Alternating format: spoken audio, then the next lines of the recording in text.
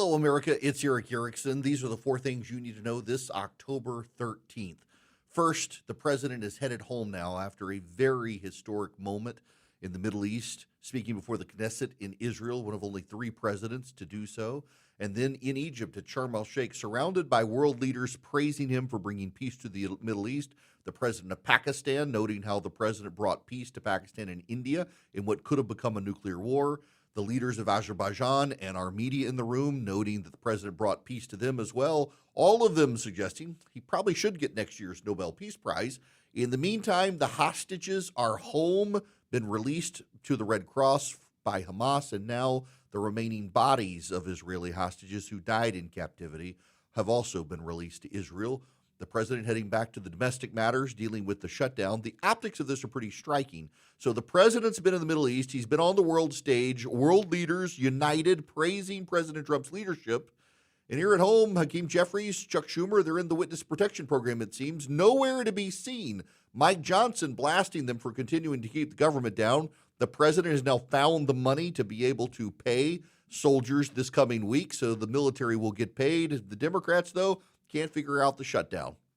Up next, stocks have jumped. The U.S. has softened its tone on China, sent the markets reeling on Friday, looking like another trade war was going to happen. But instead, turns out the Chinese, they kind of misstated what they were doing. The president spoke about this on the way to the Middle East, suggesting that people had misinterpreted what China was doing and that we were willing to work with China to find a trade deal. The Chinese, their export ban on rare earth minerals was actually export regulation, not a ban. Markets reacting favorably to this today. Private reports, we don't have any government reports available because the government is shut down. So the Wall Street Journal is noting private companies are sharing data to see how the economy is doing. And here's what I can tell you.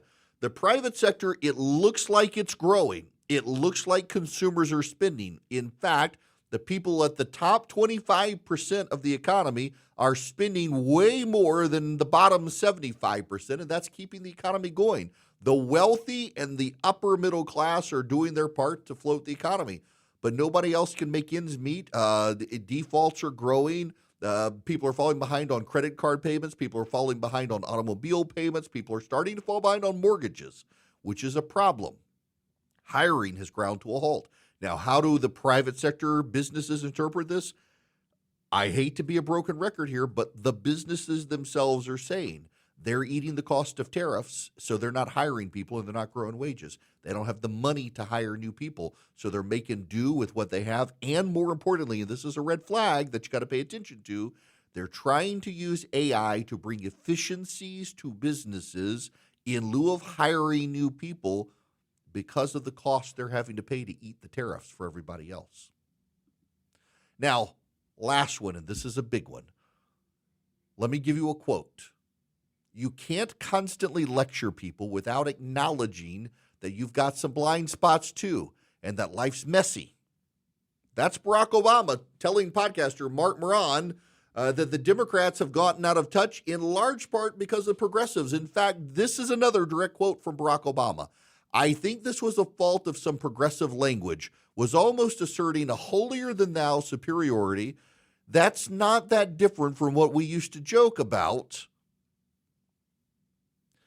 from the right moral majority and a certain fundamentalism about how to think about stuff that I think was dangerous. You can't just be a scold all the time. That's Barack Obama telling Democrats that if they want to win, they've got to reject their holier-than-thou superiority. They've got to reject the progressive language. Barack Obama, who tweeted the other day about the president's plan in the Middle East, not mentioning Donald Trump by name, is now actually acknowledging that you can't just run in opposition to Donald Trump. You got to stand for something, and when you stand for something, it can't be all the progressive nonsense. It seems like Barack Obama is trying to reassert himself inside the Democratic Party to help them find a path forward because the Democrats are otherwise out to lunch on this. Now, those are your four things you need to know this afternoon. But I just want to pause here at the end and note one more thing, going back to the top. There's peace in the Middle East today. We don't know what tomorrow's going to bring. But today we have peace. And it's American leadership that got it, in particular the determination of this president. Joe Biden couldn't do it. Anthony Blinken couldn't do it. They now, behind the scenes, whispering to newspapers, want some credit, saying they laid the stage for this to happen. They did not. This is Donald Trump and his administration. But it's bigger than Donald Trump and his administration. It's the United States and our leadership in the world. And our leadership in the world continues to matter. We see China wishing to lead the world, and it would be a despotic authoritarian regime. And while the Democrats claim that Donald Trump is an authoritarian, it's the Chinese who are the real authoritarians. And they want to control the world, not just the East. They want to control the world. And you can juxtapose the United States, which was able to get hostages released by Hamas back to Israel, and China, which has helped Iran and Hamas and has largely ignored the pleas of Israel to help. China, which has helped Russia in its invasion of Ukraine, and China, which has helped North Korea and Venezuela, or the United States, which has brought hostages home, which has brought peace to the Middle East, which is now helping Ukraine in its fight. The United States continues to be a force for good of the world.